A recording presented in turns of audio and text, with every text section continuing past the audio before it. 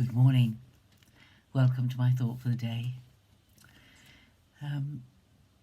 Today I thought I would just think about a few verses out of the middle of Lamentations. If you don't know where to find Lamentations, it's in the second half of the Old Testament, just after Jeremiah. If you can find Psalms, Proverbs, Ecclesiastes, then Song of Solomon, then Isaiah, Jeremiah, and Lamentations. Lamentations chapter 3, verse 21 and 22. I think that's what we'll think about today. Lamentations was written by Jeremiah after the fall of Jerusalem, when the southern kingdom went into exile for 70 years, and there was terrible destruction at the hands of the Babylonians.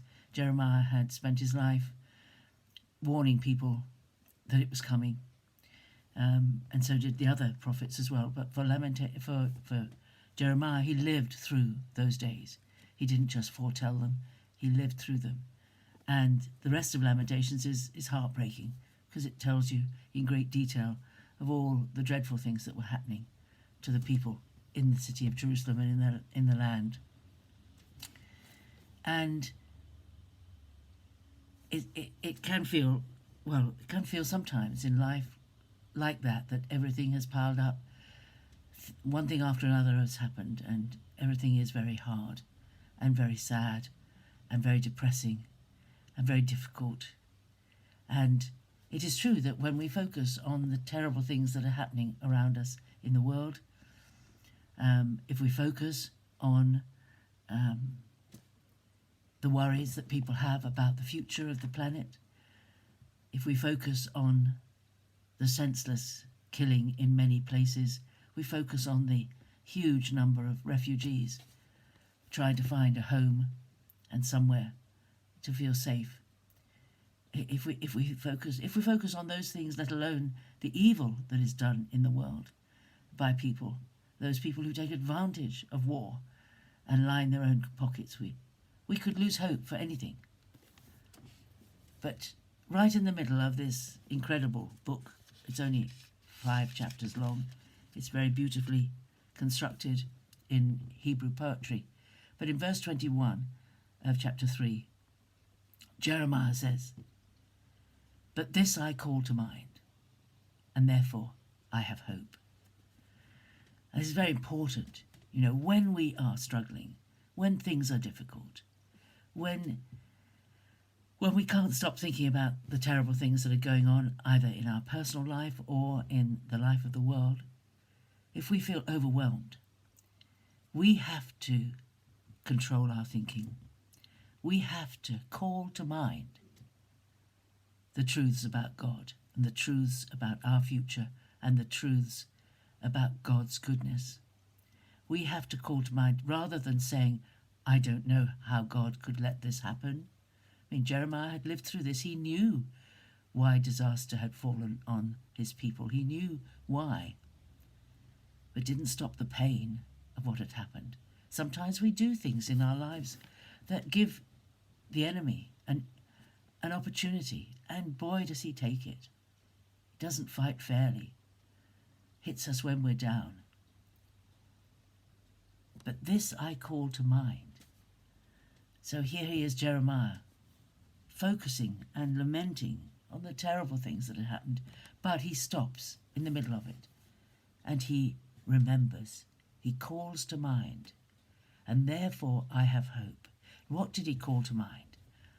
Verse 22, "The steadfast love of the Lord never ceases.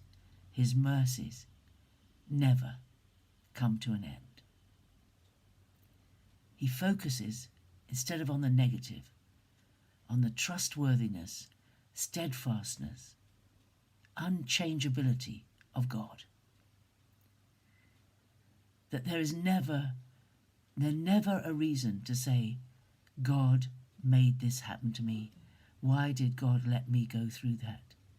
No, do not put to God's account something he has never done. His love His steadfast love has never ceased and never will cease.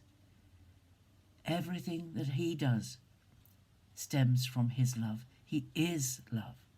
He cannot stop being loving. The steadfast love of the Lord never ceases. His mercies never come to an end. He is on your side. He is with you. He is constant. He is steadfast. The illustration that I have in my mind may not relate to some of you if you've never played a musical instrument. I play a bass clarinet, large instrument, and there are times when I have a long note to sustain with my breath. And this is quite an exercise for me at the moment because my breathing is not what it was before I went into hospital recently. But when you play a long note on a wind instrument or a brass instrument, it's difficult to keep the tone of that voice constant because your breath fluctuates. Keeping a controlled long note sounding the same and not coming out of pitch is quite difficult. It takes a lot of sustained effort. And maybe it's not a good illustration, I don't know, because I don't think it's an effort for God. But when you get a really good note and it doesn't change, it makes me think about God, how nothing about God changes.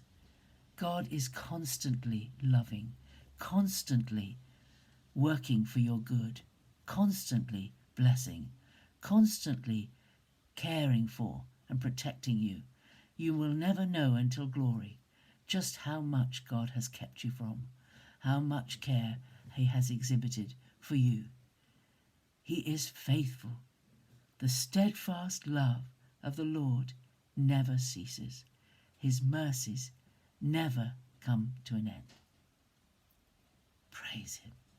Praise him for his constancy, for his reliability, for his steadfastness, for his devotion. There's nothing more to say.